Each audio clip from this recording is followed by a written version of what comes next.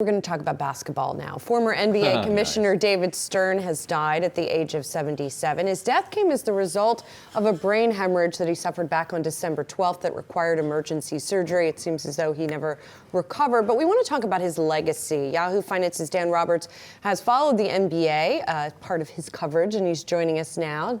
Hello. What's up? So when you look at David Stern and what he built the NBA into, and Adam Silver's obviously now taken the reins and is continuing to move it forward, what do you think is the main sort of hallmark of his time at the NBA? Well, I think business-wise, the global game, expanding the NBA outside the U.S., partnering up with China, which was really David Stern's initiative. Now, more recently, that's been fraught with some political issues. But bringing the NBA outside the U.S., some people think that happened at a time when the NBA needed saving. So some people have been saying Stern really saved the NBA. But the global game, also putting games on cable, so partnering up with TNT, part of Turner, which the NBA just recently re-upped its deal with Turner. Now, some people think that too has been a little problematic recently. Mark Cuban, the owner of the Mavericks, said that he thinks part of the reason the NBA ratings have dipped this season is because its games are on cable, not broadcast. But two major business moves that I think like tripled the revenue of the NBA. And then on a more person-to-person basis, I mean, everyone involved with the league, whether it's former players, former coaches,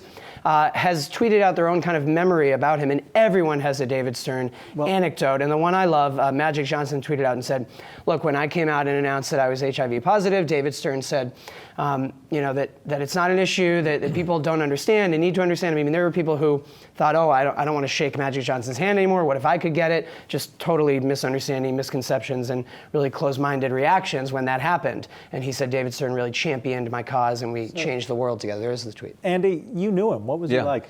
Yeah, I spent a bunch of time with David Stern, and obviously, not surprisingly, I guess you put it, he had great EQ.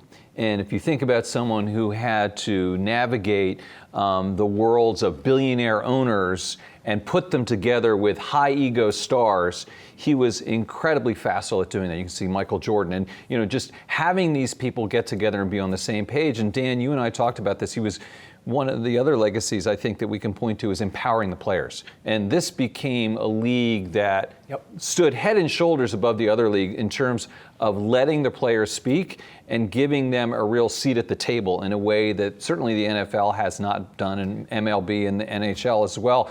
And then I think the other thing is he was so good at picking a successor, Adam Silver, which is not an easy thing to do at all. So I think that, he really changed not only basketball, Dan, but I think sports generally. And talk about a lasting legacy. I mean, the empowering the players has really lasted. That reputation of the NBA as the league where the players feel empowered to speak out on social media, say things about politics. I have a related question. Are NBA players overpaid, and is that because of David Stern?